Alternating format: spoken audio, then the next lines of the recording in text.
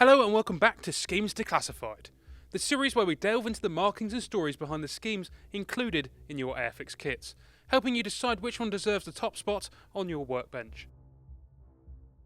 Today we're exploring aircraft that patrol the night skies with a silhouette unlike anything else in RAF service.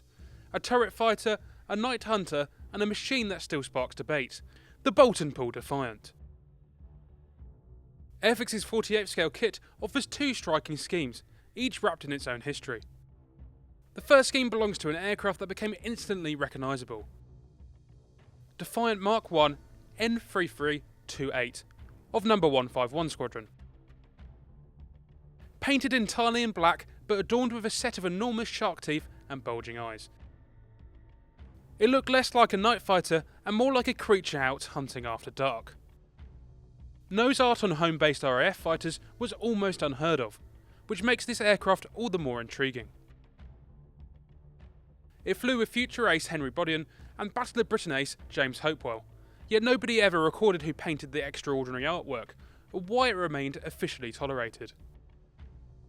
Perhaps it boosted morale after the squadron's difficult experiences during the Battle of Britain. Or perhaps it was intended to unsettle enemy bomber crews as this shadowy shape closed in. Despite its ferocity in appearance, N3328's story ends in tragedy. After being reassigned to training duties, it was sent to Walney Island for use with No. 10 Air Gunners School. In October 1942, 22-year-old Flight Sergeant John Leslie Galter was ordered to ferry the aircraft back to base. On his return flight he encountered a sudden violent hailstorm over the Lancashire town of Barnoldswick. Completely blinded by the weather and aware of the high ground around him, he circled, trying to get his bearings. Witnesses below heard the engine surging through the storm, and as the hail gave way to driving rain, the Defiant burst from the cloud at a steep angle and crashed before Galter had any chance to recover. An inspection later revealed hail jammed between the wing and flap, showing just how severe the storm had been. Galter, far from his home in Queensland, was one of many young pilots lost on dangerous ferry flights during the war. Today the shark-mouthed Defiant survives only in photographs, memories, and now in this Airfix kit.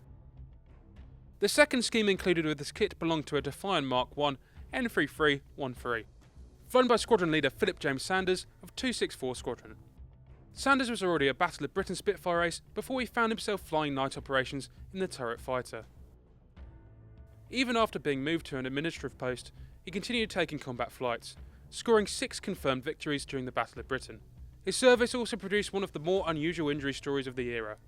After landing at Biggin Hill with a damaged Spitfire, he lit a cigarette and promptly burst into flames. His Batman had cleaned his tunic using 100-octane aviation fuel the night before. Fortunately, he survived with minor burns and an anecdote that became an RAF legend. N3313 had its own character, no shark mouth, but a curious blend of markings from a transitional period in RAF night fighting.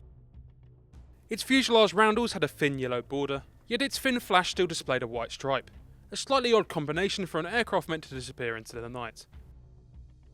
Before Sanders flew it, the aircraft had also been used by one of the most successful Defiant crews, Desmond Hughes and Fred Gash, who mastered the difficult art of turret fighter night interception long before radar-equipped night fighters made their role more reliable.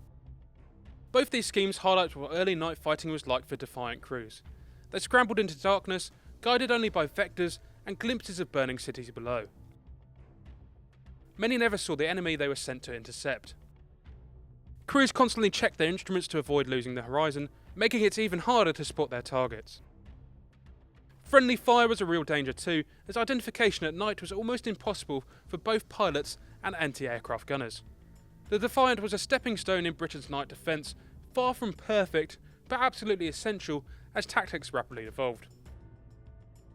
Only one complete Defiant survives today, N1671, displayed at RAF Museum Cosford, just a few miles from where it was originally built. After a quiet wartime career and decades of storage, it was painstakingly restored by a team of volunteers who devoted 30,000 hours to bring it back to life. So now it's over to you. Will you choose the fierce fanged night predator or the quietly formidable scheme flown by a Battle of Britain ace?